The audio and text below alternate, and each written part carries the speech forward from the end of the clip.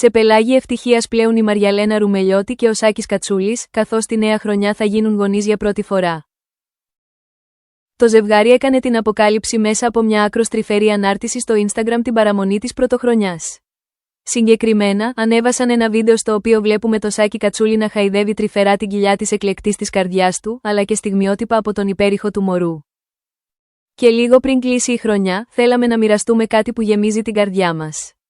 Το μεγαλύτερο δώρο της ζωής μας. Ένα μικρό θαύμα που ήδη μεγαλώνει μέσα μας. Το πιο ιερό κεφάλαιο της ζωής μας μόλις ξεκινάει. 2025-2026 έγραψαν ο Σάκης Κατσούλης και η Μαριαλένα Ρουμελιώτη στην ανάρτησή τους. Ο Σάκης Κατσούλης και η Μαριαλένα Ρουμελιώτη στη Μύκονο. Σας θυμίζουμε ότι ο Σάκης Κατσούλης έκανε πρόταση γάμου στην εκλεκτή της καρδιάς του ανήμερα των γενεθλίων της, σε μια παραλία στη Σκύρο. Ο Σάκης Κατσούλης σχεδίασε ένα ρομαντικό σκηνικό δίπλα στη θάλασσα και, με θέα το ηλιοβασίλεμα, γονάτισε και της προσέφερε ένα εντυπωσιακό μονόπετρο. Θα ήθελα η Μαριαλένα να είναι η μητέρα των παιδιών μου.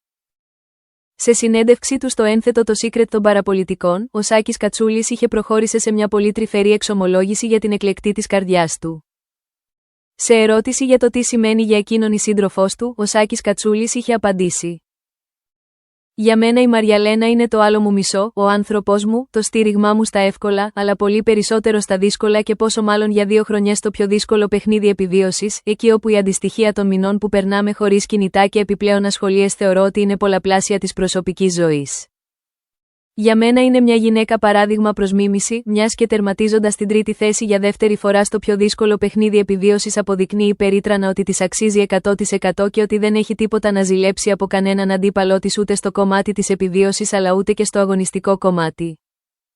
Όσο για το αν θα ήθελε να κάνει κάποια στιγμή παιδεία με τη Μαριαλένα Ρουμελιώτη, ο γνωστός επιχειρηματίας είχε απαντήσει: «Ναι, εννοείται. Η Μαριαλένα θα ήθελα να είναι η μητέρα των παιδιών μου.